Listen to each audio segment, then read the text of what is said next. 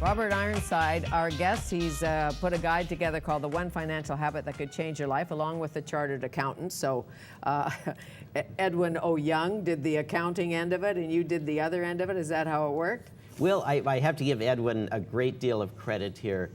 My tendency is to write maybe a little bit at a more academic level, and Edwin was the one who kept saying, Robert, bring it down. Sure. We're writing for people who know nothing about finance. And so he had a great role in helping to shape both the content of the book and the tone at which it was written. So kudos to Edwin. But as you know, when you look what's happening in the world and you're trying to figure out what investment vehicle works for you, is it a stock, is it a bond, is it high risk, is it low risk, should you have everything in cash if you can, or maybe a couple gold bars in the closet? Okay. What to do? Very good question. My very easy answer is you must remain well diversified. Now, what do we mean by well diversified? Right. That means that you should probably have some of your money in equities, in the stock market. You probably Is that what equities That's what means? equities means, yes. I'm the dummy course. Stocks. Stocks, equities, that's right. Maybe That's not what it penny means. stocks, maybe Coca-Cola. And in fact, I don't want you buying individual stocks. That's highly risky. What we should be doing is buying the broad market index. And we can do that using a thing called an exchange traded fund, more frequently referred to as an ETF. Right. ETFs give you the diversification that most mutual funds do. So somebody else is doing it. But at way lower cost. Oh, and really? this is absolutely critical. An ETF costs less than a mutual fund? Yes, it does. Okay. ETFs are very low cost. The cost is referred to as the MER, or the management expense ratio. It is an amount of money that the fund company extracts out of your account every year to manage your money for you. But it's important, and you pointed out in here, the One Financial Habit book, that you know what the fees are. Yes. Yes, somebody else is taking care of it, but how much are they charging you to do that? Exactly. Again, can I tell you another story? I always talk about this story. Grandma gives us $10,000 to invest for our retirement.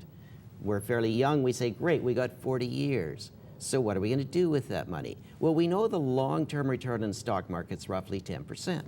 So we get out our calculator and we say, wonderful. That means at the end of that 40 years, that 10,000 will have turned into about 450,000. That's pretty good. There's only one problem. I can't buy the index directly. I have to have a vehicle. So our friendly mutual fund salesperson comes along and says, I've got just the deal for you. Give me your $10,000. We'll invest it. We're going to actively manage it. We're going to try to outperform the index. We're probably going to do even better.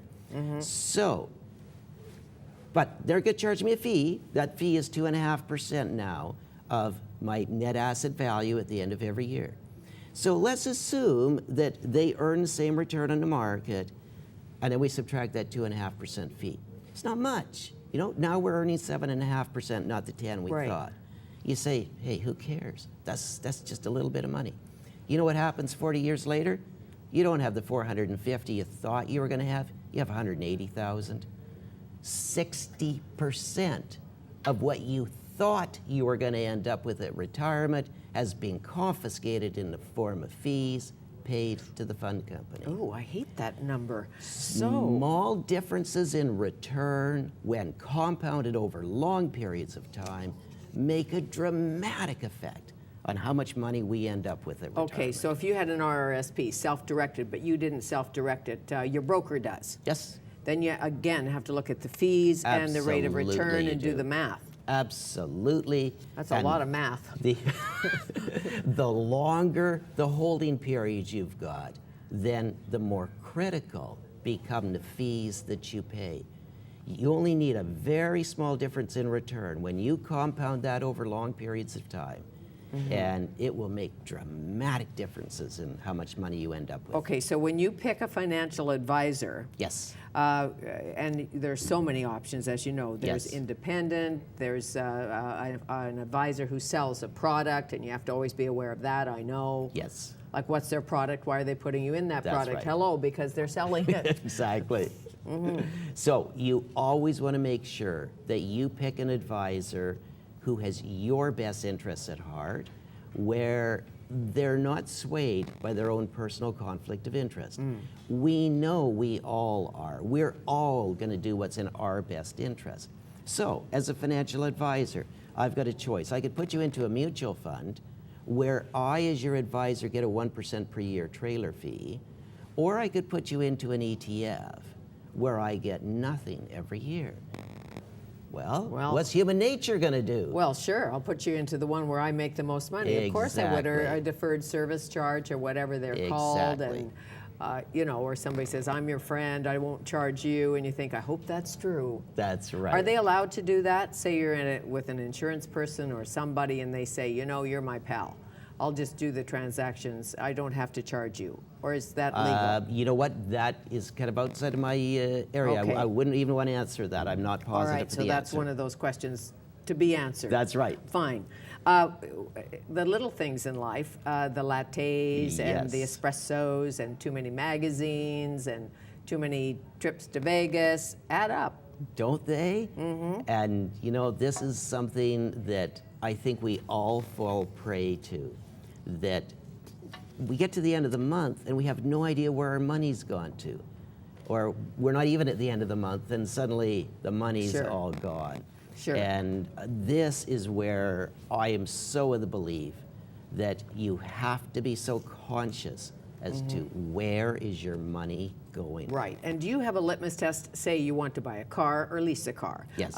You want to invest in a home or should you buy a condo? Because those are all decisions we make. So is there something that you always ask when you buy a plot or some real estate or some rec property or whatever? Is there something that Robert Ironside says, here's what you must think about before you invest? Certainly, I am always trying to match up risk and return. And so I get lots of my students right now saying, gee, look at what's happening to Vancouver real estate prices. I think I should be buying a place in Vancouver. Well, what I see is a bubble happening. And unfortunately, we never know when bubbles are going to end. It might end tomorrow. It might go on for another 5 years. But what I see right now is what I call a greater fool theory. People don't care what they pay as long as there's somebody even more foolish who will pay even more money tomorrow. But it's like playing musical chairs when we were kids. At some point, the music stops. And now we all got to see who can find a chair. Well, and sometimes we don't stop the music. Bernie Madoff comes along and takes the money. So you have to always be aware, I understand, or Libya or Japan and all of that world affairs. We are still in a very dangerous world, I believe. I believe the next at minimum of 5 years are going to be very tumultuous. We're going to have frequent recessions. What I'm talking about here is at a micro level, what's been going on all over the developed world, where debt has become the way to get a lifestyle that we couldn't afford. I think it's come to an end. Okay, well then we'll find that one financial habit that could change our life. Thank you. Thank you, Fanny. Robert Ironside, a guide for new grads, young professionals, and those who are money challenged.